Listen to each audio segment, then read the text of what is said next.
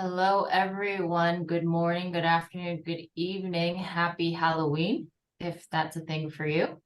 My name is Patricia Kong. I am with Scrum.org. I lead our enterprise solutions and learning enablement, and I'm here today with two professional Scrum trainers, Ryan Ripley and Todd Miller. And the topic of our webinar today is how to simplify and create transparency in your product backlog using evidence-based management. Hey, Ryan. Hey, Todd. Hey. Hello. Okay, good. So we know your mics are working. For our listeners today, just a couple of housekeeping rules. Your microphones are going to be muted throughout. And this session is being recorded. The recording and slides will be up within 24 hours.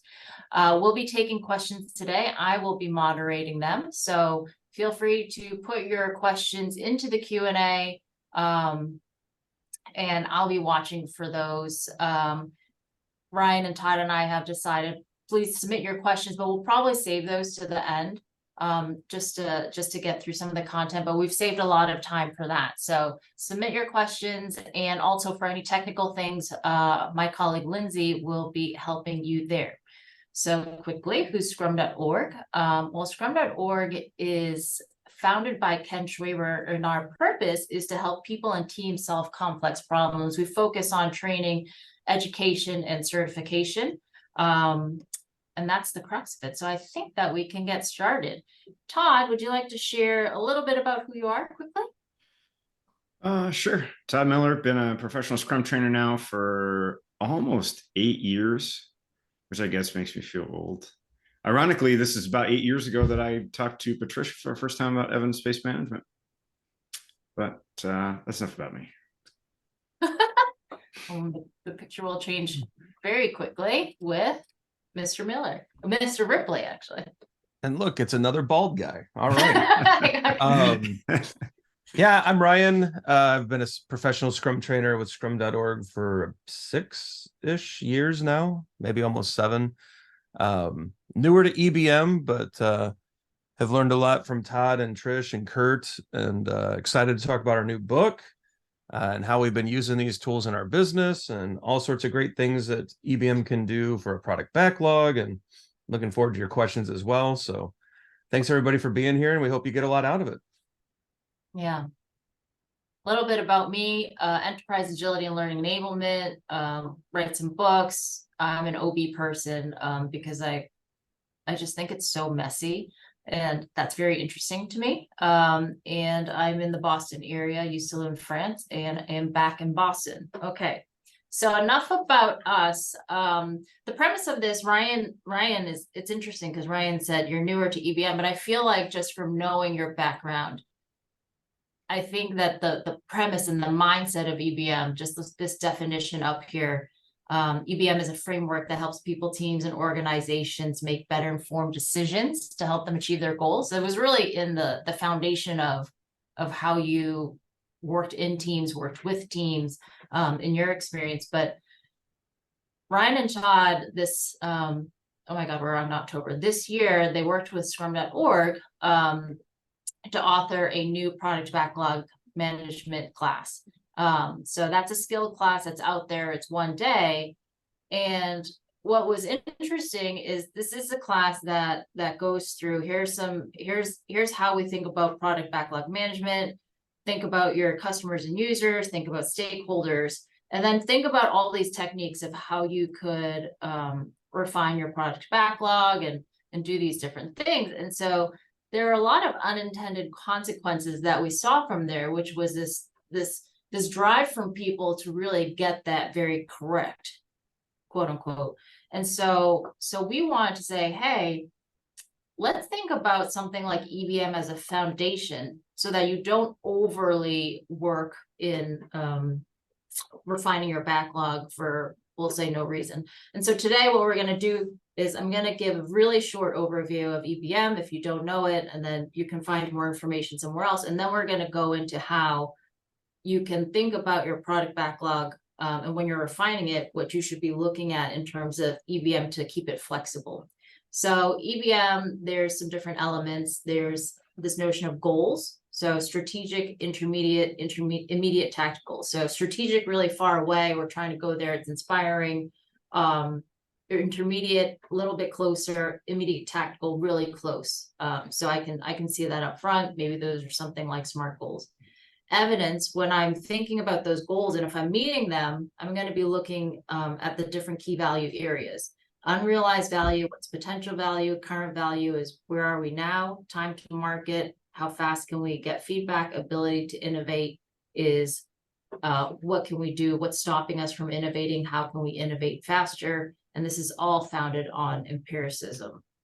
So people are usually more familiar with this 4 circles graphic, and it's this notion of EBM is probably what's out there, how people think about what metrics we can use. So the key value indicators, the KVIs, under each of these KVAs. And again, when we think about EBM in those 4 different areas, not only are they different lenses of how we might look at a product or an organization, it's also a really good way to think about what balance are we taking, if we are or if we're not, when we're looking at a product, a portfolio, or an organization. What's important for me here, when I think about this, is that a lot of people tend to think about things below the line. So my capability, what's my time to market, what's my ability to innovate, rather than, or in collaboration with, what's above the line. So market value. Who are we doing this for? Why are we doing it? And how is that affecting our value now? They think about a lot of those 4 circles, and what gets lost that we've been seeing in organizations is this notion of goals. And a lot of people think about goals, but besides the fact that I already talked about what strategic goals and intermediate goals and immediate tactical goals are, which Todd and Ryan will get into, which is why I'm going through this quickly, is this notion of outcome and output. So when we're talking about outcome, we're saying, what is the outcome for the customer or the user? What are we doing there? How do we make sure that that is coming back in line? Because when we don't, we're not able to talk to those 2 top UV and CV circles. Anything to add there, guys? No, I think it's a great introduction. I think that you've hit the nail on the head with what we see a lot. We see a lot of people identify with KVAs, and it's really important to have equally as good identification of how you're using goals in an office environment, because you can have actually all of the key value areas trending in the right direction, but with no goals, you don't know what direction you're trying to go, right? So just kind of a re-emphasis on that for you, Patricia. Yeah. Okay. So we're doing a re-emphasis on that, and when in this emphasis, this is for another day, another blog, another webinar, but it means that there's different ways to approach EBM if you're trying to use EBM, but all these things should be used together because it's about empiricism. So with that quick run through, I'm going to stop sharing screen so that we can get some interaction in here. And Todd, you can share the mural. Sure. So that we can work on that. As the saying goes, it's not a meeting without a mural, right? All right, and I am going to just, we re-emphasize the definition of evidence-based management up here, but what we're going to zero down on, and here's something, as we were talking about the product backlog management course, we really can't help but think of everything EBM related to anything at this point, right? And so we started having these conversations, and we noticed a lot of trends in organizations over our past many years in working, that we hear a lot of teams complain that they don't have a detailed enough product backlog, or conversely, that it's too detailed, right? So Ryan, you call us the Goldilocks problem with product backlog management, right? Yeah, absolutely. It always comes down to, do we have too much detail, too little detail? It's like Goldilocks. This porridge is too hot, this one's too cold, this one's just right. And it's a lot of art and science together, trying to figure out just how much detail we need in order to actually start building something, right? Yeah.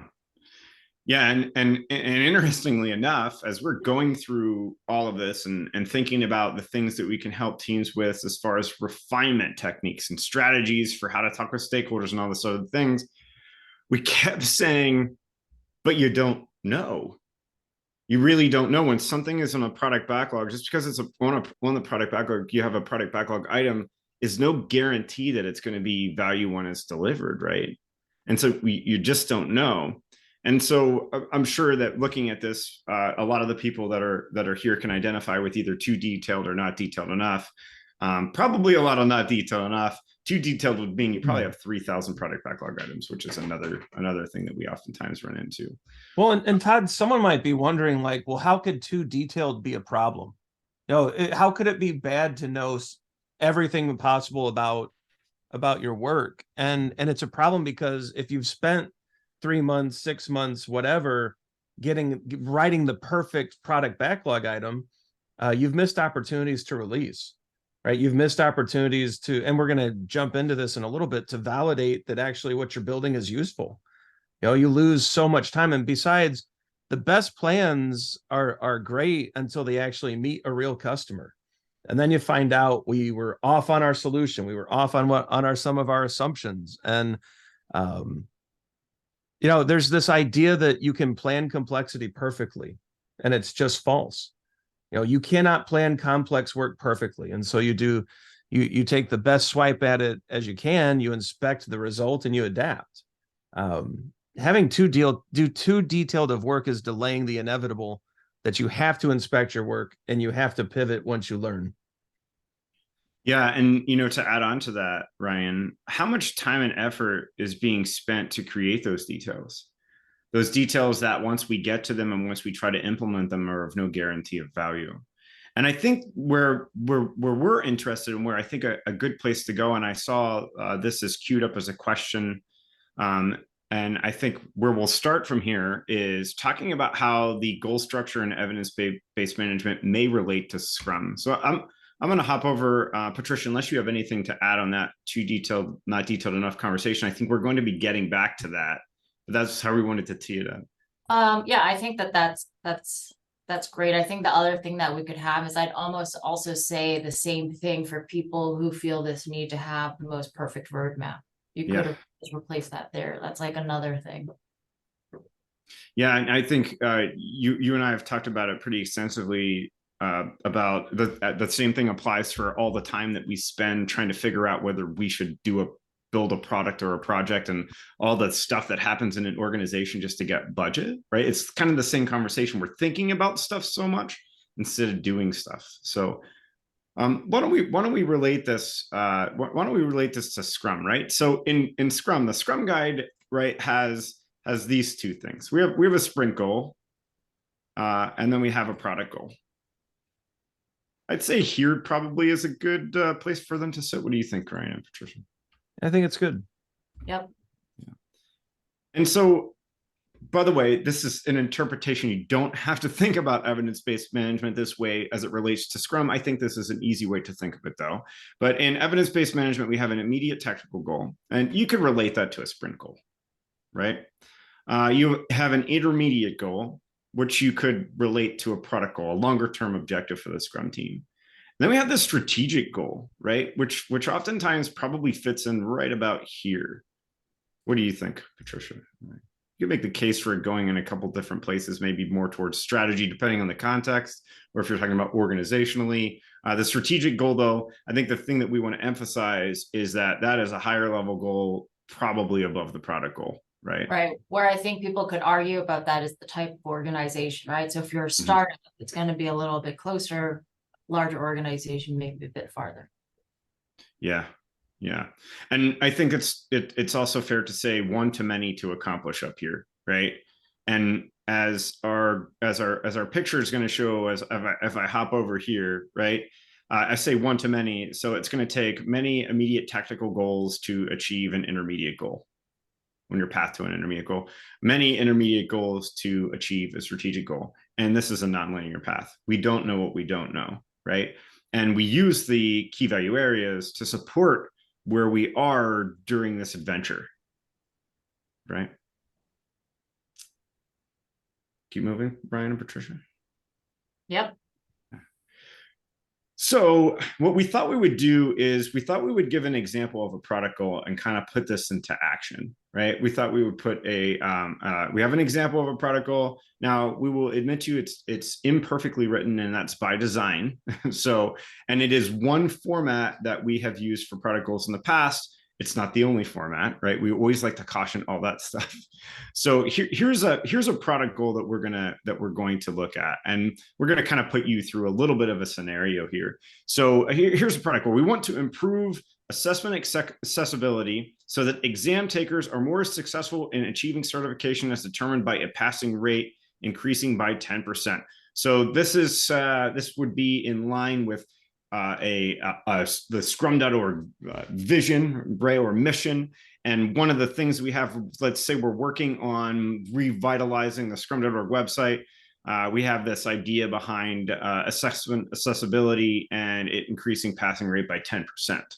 And let's suppose that a product owner tasks the team and says, hey, sometime during a refinement, I need this product goal to start to be broken down a little bit. Which is something that very likely happens. Your product backlog refinement in your environment. And the PO asks the team to start decomposing this into other PBIs and maybe add acceptance criteria. What do you think? Should we put some of these down, Ryan and Patricia? Yeah. Yeah. Let's throw some ideas in here. While you're doing that, actually, I like, because I see someone's question here, and I think it might be you kind of hit on it, Todd. So someone was saying, hey, what's an example of a strategic goal and a related product goal? So right now here, we have an example of a product goal. We want to improve assessment accessibility so that exam takers are more successful in achieving certification as by passing increasing rate by 10%. So that's measurable. There's information here. Todd, you had made a suggestion of what a strategic goal would be. This is in relation to. What was that? Yeah, I think that maybe if we look at Scrum.org, right? Scrum.org has an overall mission. And so let's say that a strategic goal is something in the next 2 years that's now, by the way, this is make believe. Yeah, this is hypothetical. Just make sure we're saying that. Maybe Scrum.org has a strategic goal to have now I'm probably not going to put this in the great language, but to increase the internet web presence, like something around web presence and activity with people that are interested about Scrum on the web. Maybe that's a strategic goal over the next 2 years, as measured by doubling the amount of unique visits, right? Maybe something like that. Now, I am just pulling that off the top of my head. I'm not saying that is maybe a great goal, but something in that regard. Is that what you're looking for, Patricia? Yes, thank you. Yeah. And so, Ryan, I saw you put a PBI down here, provide direct translation to most popular languages. Yeah. Yeah, that could do it. Maybe for hearing impaired. How's that? I like it. So we could even go ADA compliance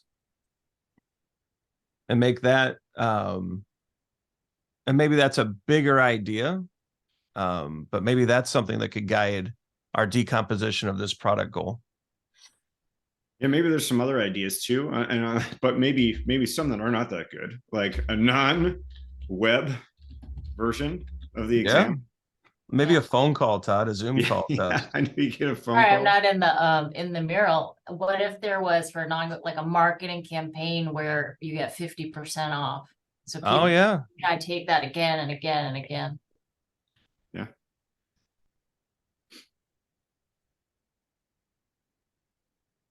That could be some kind of initiative there. Lots of different ideas that can get decomposed, or lots of ideas that get that derive from the product goal. And hopefully all of you out there are using a product goal to guide what goes on to your product backlog, right? And somebody asked what PBI stands for. PBI stands for Product Backlog Item, right? So Product Backlog Item, that's what PBI stands for. Everything on your product backlog is a product backlog item. I know some of the tooling has confused this language and said that it's a user story or whatever, but user story is just an optional format. Product backlog item, your product backlog consists of product backlog item. So maybe it helps to highlight what a PBI, a product backlog item, is real quick. It's a feature. It could be a requirement. It could be a bug. It could be a defect. It could be a spike or experiment. Anything that goes on your product backlog is from henceforth a PBI. Mm-hmm. Hopefully that helps. Hopefully that clarifies. Yeah, and just to reiterate, because we have another question in here, is strategic goal and product goal the same thing? No. We believe that strategic goal is a level higher, and that there would take more one-to-many product goals. We are correlating the intermediate goal with product goal and evidence-based management. That's really with what we're going here, right? There is nothing in the Scrum Guide that talks about a strategic goal. That is from evidence-based management, right? That's from evidence-based management. And so, thank you, Ryan, for that description. And what we want to talk about here is, so now we have like some high-level product backlog items that relate to this product goal, right? And over time, the team takes these through refinement, right? And you might have user stories written about them, right? You might have acceptance criteria added. So like we could break this down into a lot. We could put every language here that is known to man, right? We could have English, or we could have Spanish, we could have Chinese, we could we could put them in French.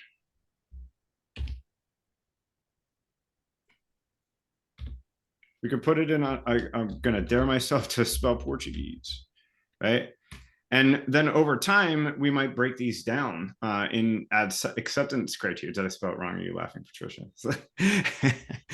Todd, what if we really break this down? Like, what if through refinement, right? We have the languages, we have the proper interpretation, we have feedback mechanisms from an ADA perspective, color blindness, screen readers. This all breaks down through refinement to such. I mean, this is ultimately what we're trying to do, right? Yeah. But here's the interesting thing.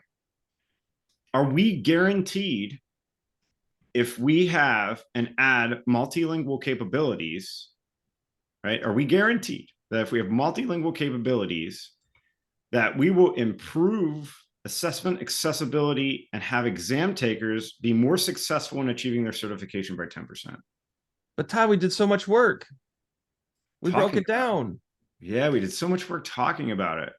That's the interesting thing to think about. Just because it's on the product backlog, just because we think it's a really good idea does not mean it's going to be, right?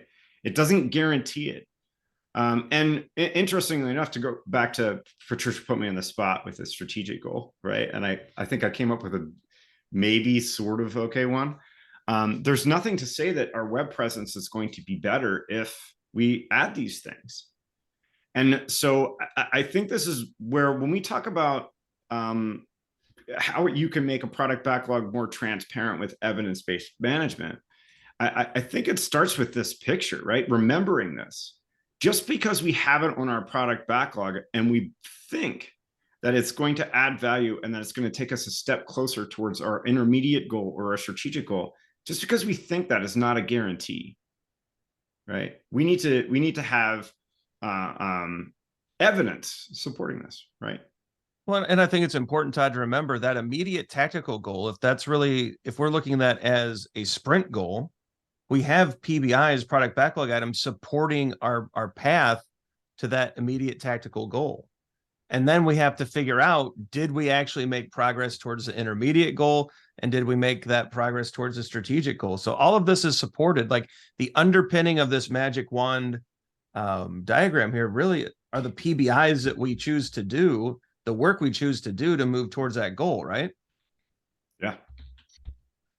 I think there's a couple different conversations here, because we were talking about, the two potential PBIs, two potential things that we could do to pursue that product goal, right? One was about offering assessments in different languages, and the other one was about some things that would support ADA, which is Americans with Disability Act, as Todd put in. And so those are about thinking about, hey, what experiment should we pursue first and how would we quickly do it? And then the other thing that we're talking about here is sometimes the need for people to overly define what they think they have to do before they can even start that experiment.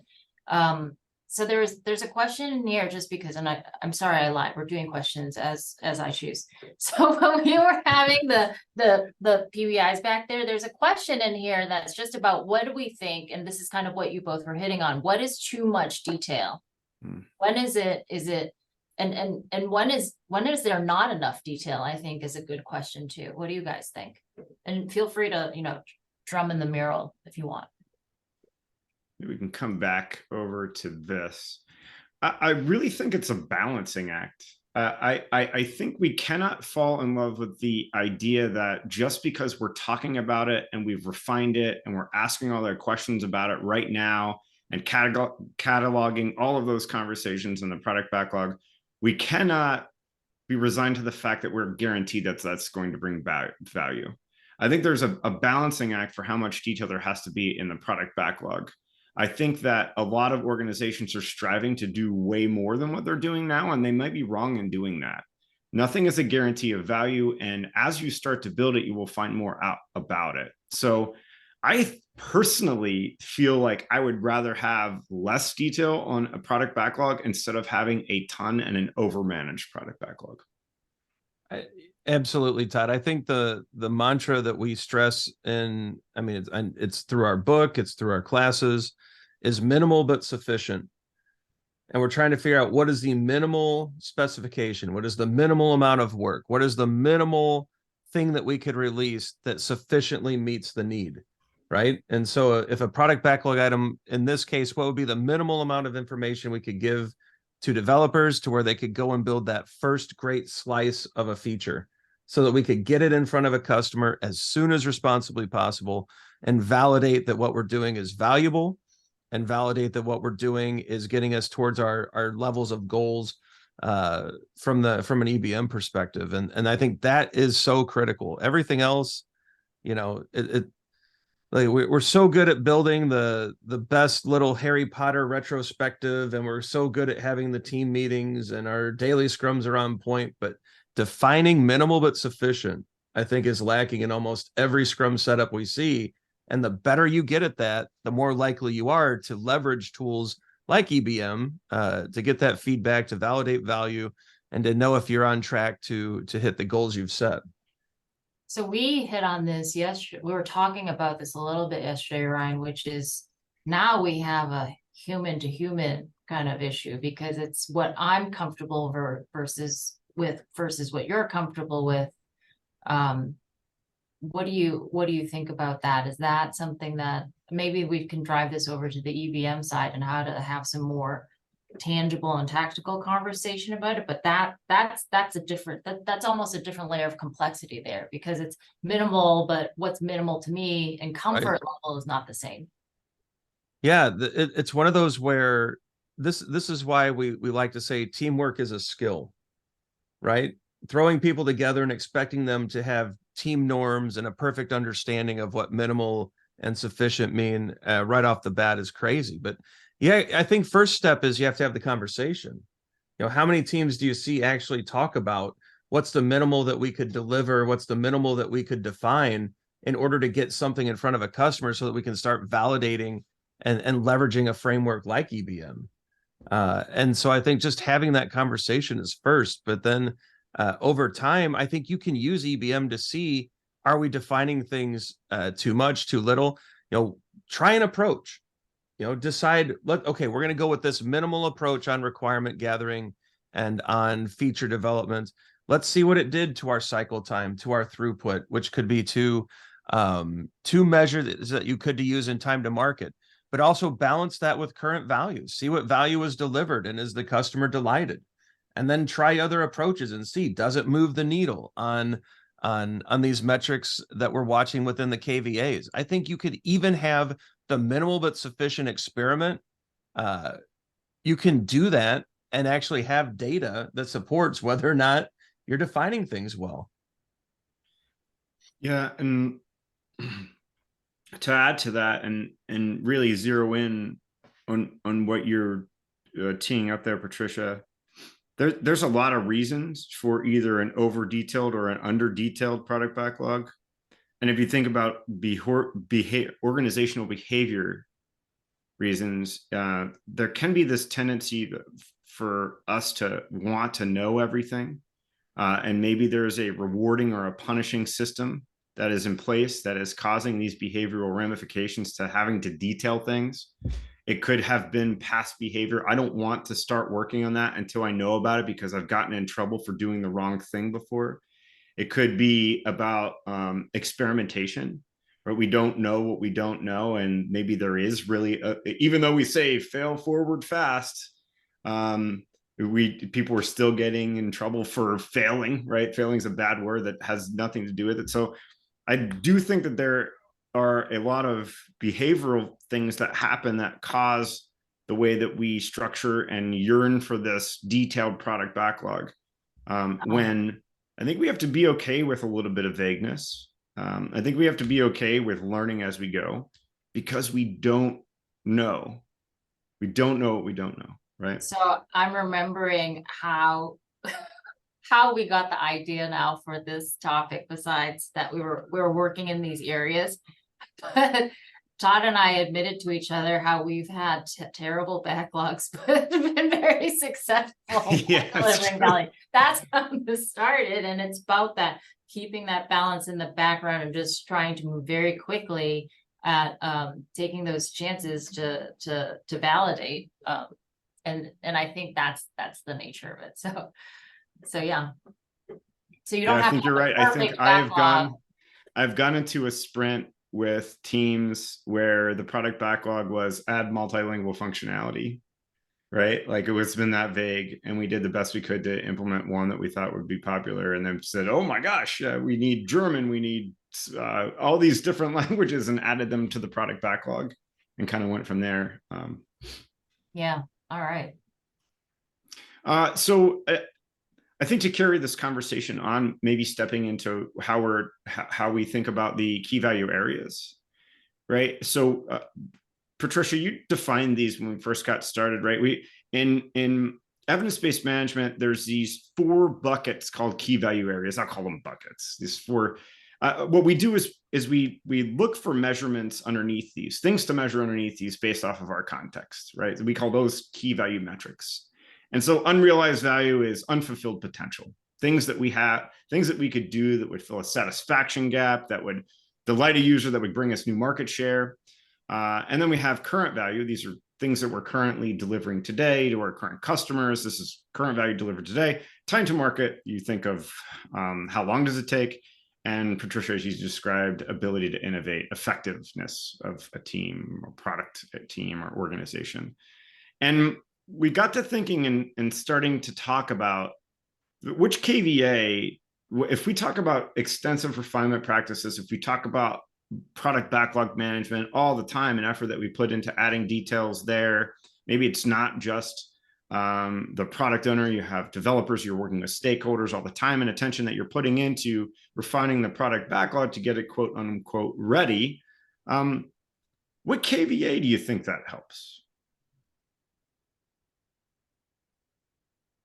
I guess some could argue A to I or T to M, maybe. I think you're right. I think that's where we would get most of the argument, right, Patricia? That we're going to be. We need to do this right so that we can move quickly. Yeah. Right? Or like ability to innovate. If we know all of the details in the top 20 PBIs, then we won't inherit any technical debt, because we'll know how to develop the infrastructure and architecture in a way because we've discussed a lot of it, right? I think that's what a lot of people would think. And to your point, time to market, because we know the details of this thing, we can deliver the PBI faster. Right, which is actually a misconception of T to M, because T to M is about what's that feedback actually say once you release it. Yes. And so then I would state that refinement really is no guarantee to help you in any of these. a very detailed product backlog gives you no guarantee of a faster time to learn, gives you no guarantee that it's going to make you more effective. And even more importantly, gives you no guarantee of closing a satisfaction gap or adding additional value to existing value. Right? Like this, I think this is the frustrating thing about product ownership in general, is that you don't know what you don't know. And that was really a hard lesson for me to figure out.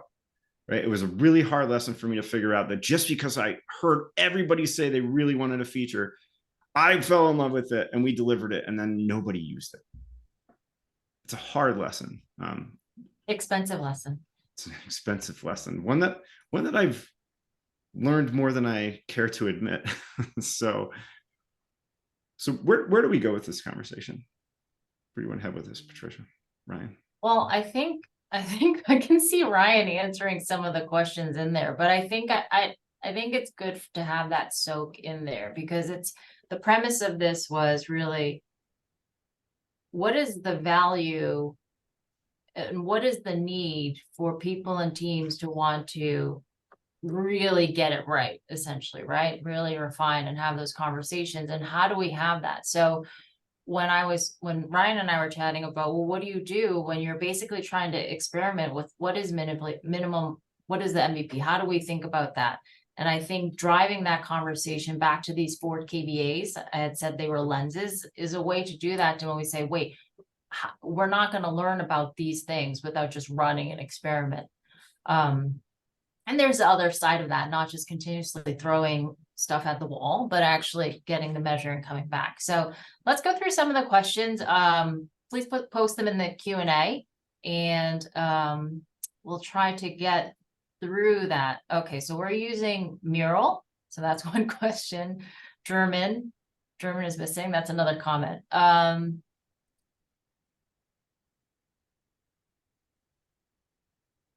So You're gonna stop sharing my screen now so we can no, maybe keep them up. Oh, why don't you go through these questions while I look through some of these? Okay, you want to? Yeah, I'll buy you some time. It's a dialogue in the Q&A. I apologize. Yeah, so these are just some questions to consider around your product backlog items, and where I think we really appreciate the product backlog items live is either filling an unfulfilled need and unrealized value, or creating additional value, current value. We believe that product backlog items should be centered around here. And I saw some people writing some stuff about user stories and things like that. They should be fulfilling an existing or a potential customer need, right? Oftentimes we will see product backlog items centered around time to market or ability to innovate. Those 2 KVAs really are centered around your delivery engine. Those are in no way guaranteeing that you're going to give your customers something new that they want. It might speed your time up to do that, but again, we don't know. So just some questions that we have here for you to consider. Is there a new or current customer that we are hoping the product backlog item fulfills? Will this close a satisfaction gap? Something that would be satisfying to a new or existing user that they may or may not even know about. Current value, are we going to be adding additional value to a need we are already fulfilling? I think these are the most 2 things to consider when you're writing your product backlog items. These 2 would be delivery-centric things that you should just be considering as you're doing your improving your processes, right? Each have an each type, yeah. If you could flip back to the goal onion, we would call it. There was a question about, how does product vision fit in here? And they had a follow-up question, which we explore a little bit in our book, but it's, how does product vision fit in here? And then, and to either of you, how can we think about different ways to help organizations define the products so that their goals can be aligned properly? So that's a huge question. But I'll take the easy one, the product vision one, and then give Ryan the other. So I think if you really wanted to, you could correlate it, but I feel like oftentimes a really good product vision should be altruistic, and it should be a big audacious goal that is something that may not ever be achievable, but it's your vision. It's where you really want to go in the end. I think it could take many strategic goals to accomplish that vision. However, you could correlate the two. I think there's a lot of different ways of looking at this. I would probably have vision as its own separate thing. That's just my 2 cents. I would probably have a vision, and then I have multiple strategic. This isn't a single product situation, right? And as you go on strategic goals, it takes many strategic goals to accomplish that vision, if that's even possible. Maybe you've captured all the unrealized value on that, and it's no longer worth funding. But that's the way that I would view it. What do you think, Ryan or Patricia? Yeah, I would agree. I think the product vision is this big, I used to work in orthopedics, right? And a big product vision that really led to, the teams that we worked with changed the market.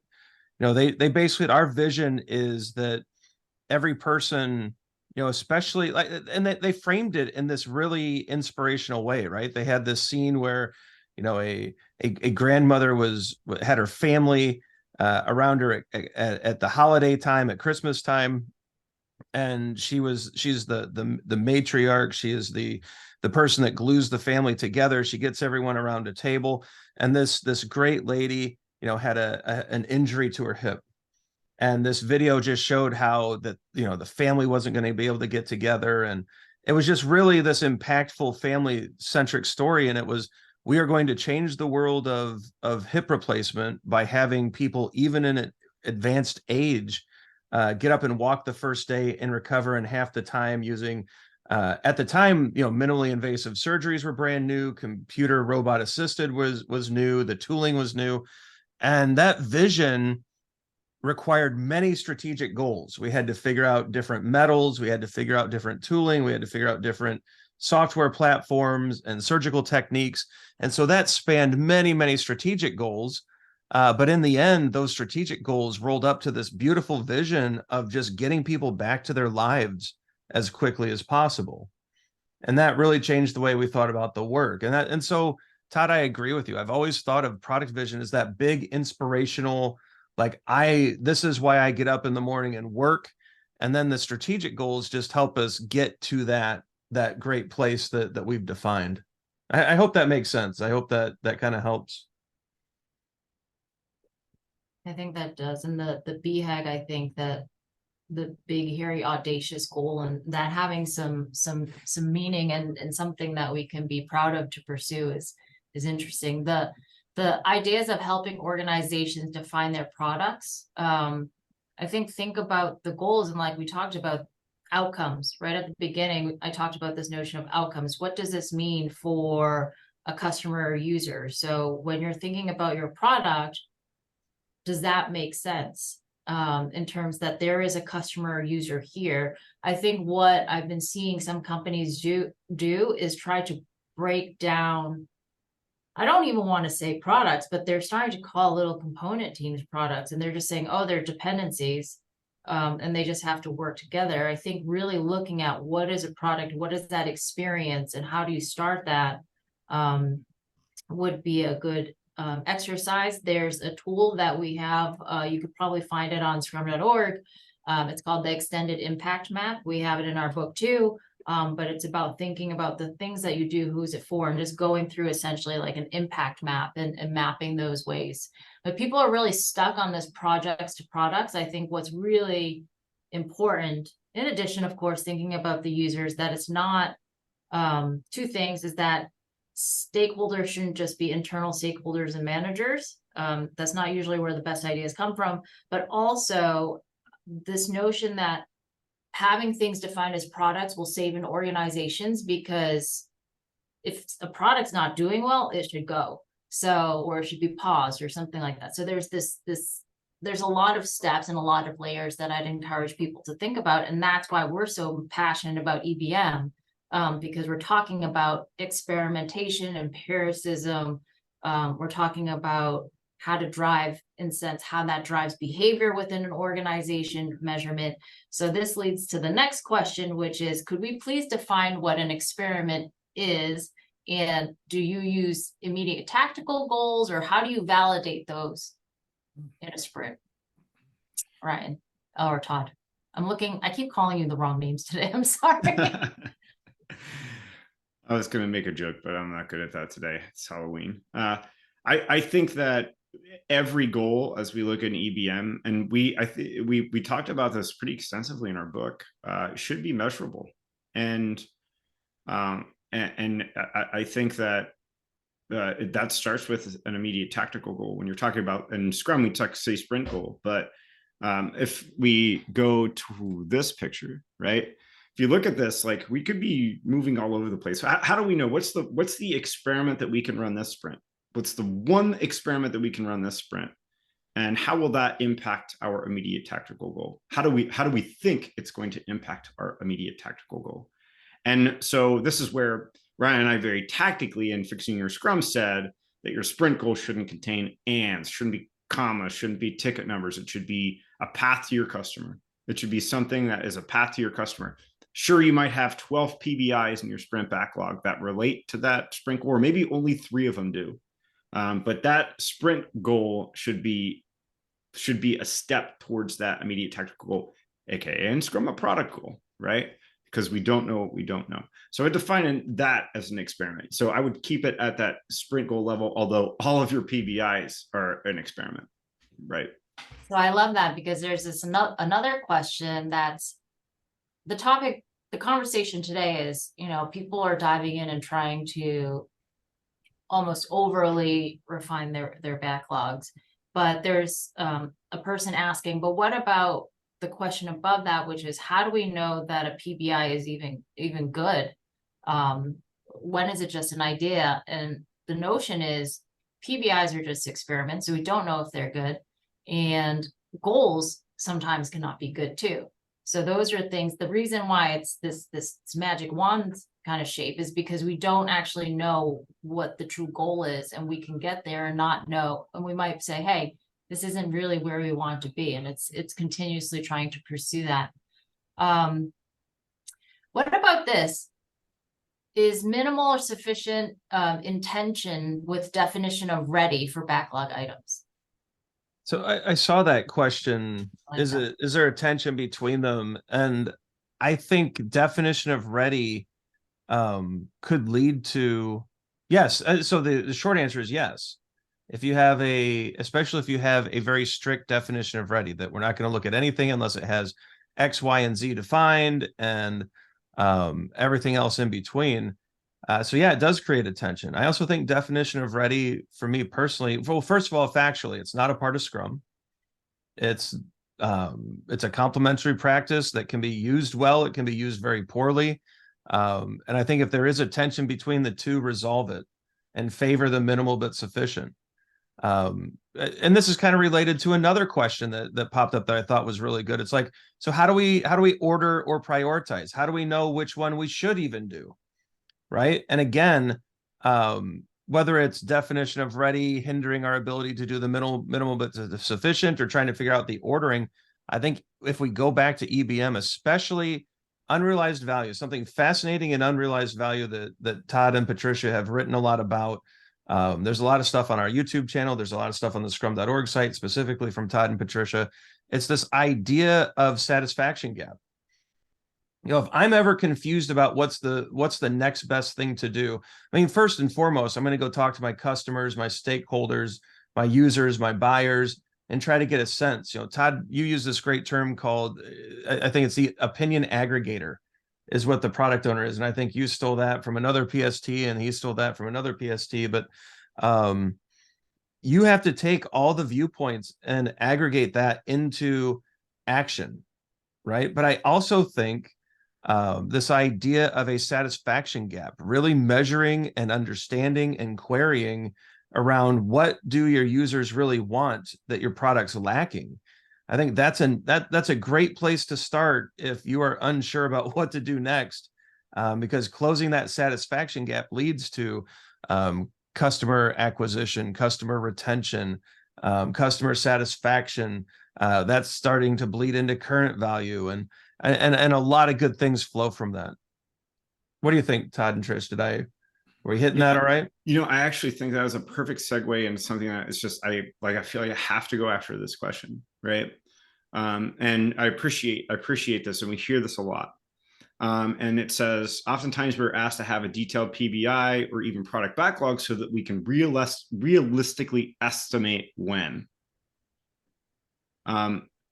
This has been something that I've been thinking about a lot, is this yearning for when exactly something's going to be done, right? When exactly we know what the customer is going to get, when they're going to get it, what exactly that's going to look like. And every time I ask anybody that really is yearning for this to be answered, and I say, well, you spend a lot of time and a lot of money coming up with those estimates and doing all those things, when are you ever right? And they just start laughing. They're like, never. We're doing it to appease people. I really think we need to change that conversation. I really think we need to change that conversation out of better setting expectations. Because so many times we are actually degrading transparency by coming up with these false expectations for what and when will be done, rather than just being honest about what's happening as we go. I understand there's go to jail stuff you have to do. There's compliance things you have to keep up with. And if that's due next week, why not just stop what you're working on and finish it? Right. And this is a big thing that we talk with Dan Vacanti about. Stop starting things and start finishing things. That weighs into here.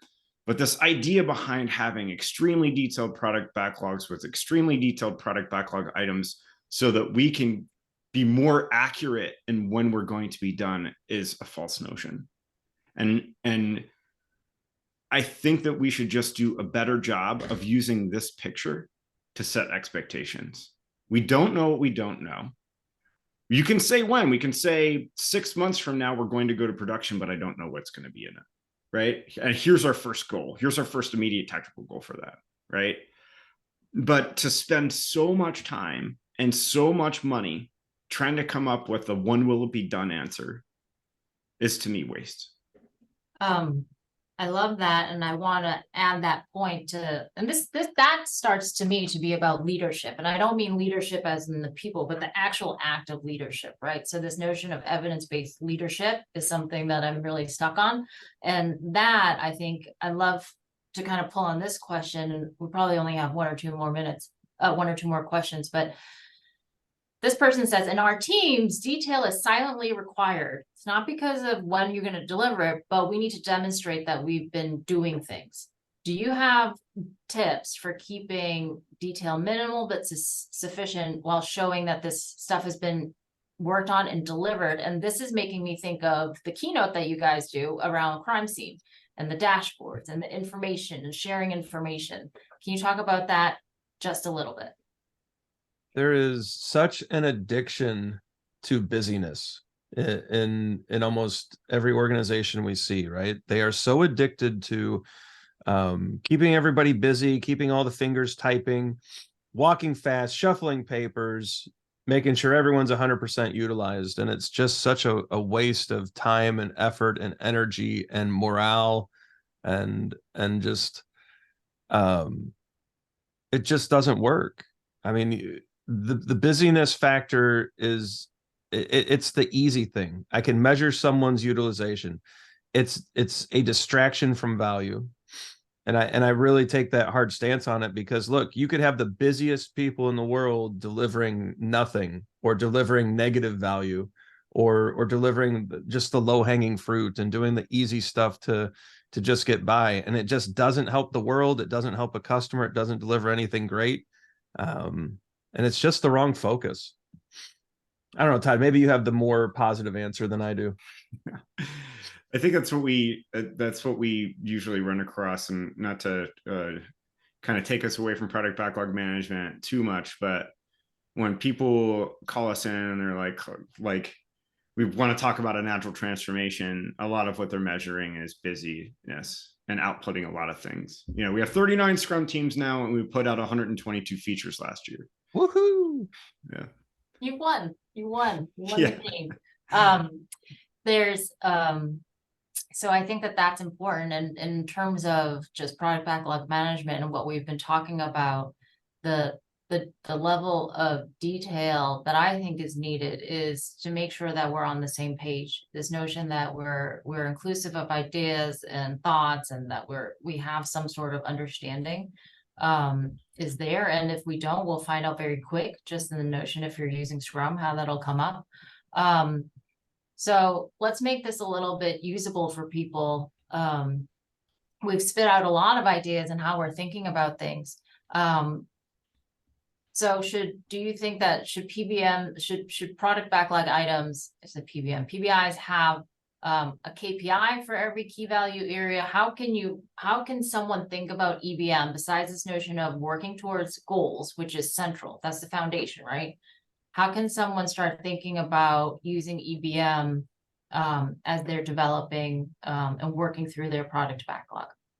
I think you said it first when you said goals. I think that, I know. Yeah, I think that this is vitally important, right? And so we understand that people oftentimes, when we talk about evidence-based management, they aggregate, or they want to go to the KVAs, right? The KVAs could be putting you in a direction that you don't even understand that you're going unless you have a structured set of goals. So start here. Next to that, for me, I would argue that these things are great and we need them, but I want my PBIs written about these things, right? I want to think in terms of unrealized value and current value. Are we filling a satisfaction gap? Are we doing anything potential in that? And someone asked what market value is. I think when I was saying market value, I think I meant like market share, right? So if you're a company, you own 1% of the market share and there's 99% opportunity, how do you steal some stuff from your competitors? So that would be something under unrealized value. But does this PBI fill a satisfaction gap or add to current value? I think that PBI, I'm sorry, go ahead. I was going to say the caveat to that is we can't even release. We don't once a year. Then look at to maybe your goals are about, let's get to time to market faster. So you don't have to look at every KVA and say, hey, I need KPIs for each one of those. But ultimately you're trying to move the needle, obviously, on market share, on current value. But you also can be thinking about is if there's no capability to do that, maybe that's where you start first, right? But I think that's fair. I think that's fair. And work your way out of that being your focus. Work that way out of that being your focus, because ultimately being focused on ability to innovate and time to market means that you're not focused on what your customers actually need. I think there's some really good ideas in here as well. I think there's a whole chapter, I think it's chapter 7, that could really help on a lot of these questions about defining PBIs and all sorts of, I think there's a lot of good backlog stuff, ideas that apply there as well. So, check out the book, check out the Scrum.org website. I hope, there was a good question in there about where can I get started on EBM in general. And I think between the Agile for Humans YouTube and the Scrum.org website, there are a ton of free resources. And if you got anything out of this webinar at all, I hope it's that EBM is just table stakes now. These are the things like the EBM ideas applied at a product backlog level.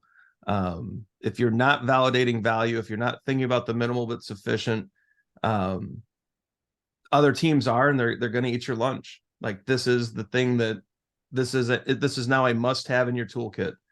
And we hope you all get out there and learn it. Grab the book, grab the free stuff, and get working. Todd, can I have screen so I can share the coupon code? There you go. Thank you. So thank you everyone for, being here with us today, rewatching this maybe. So depending on if you're with us today live, you can pre-order it right now and save 35%, I guess, on the ebook. It is on Amazon, but maybe that'll take a couple weeks to get to you now. Print books are available in the US, United States only, but they'll be coming soon in a few weeks. So the discount code is Unlock Agility. And we hope this helps. We've tried to make it so that the book is, you can pick up any chapter. There's some tangible things and tools about what you can do. You can read it from front to back. So thank you so much for being here with us. Stay connected. And there's a lot of different resources, as Ryan said. We hope to hear from you again soon. There were a lot of questions. We promise we'll go through them and answer them in another format. Thanks again. Bye. Thanks, everybody.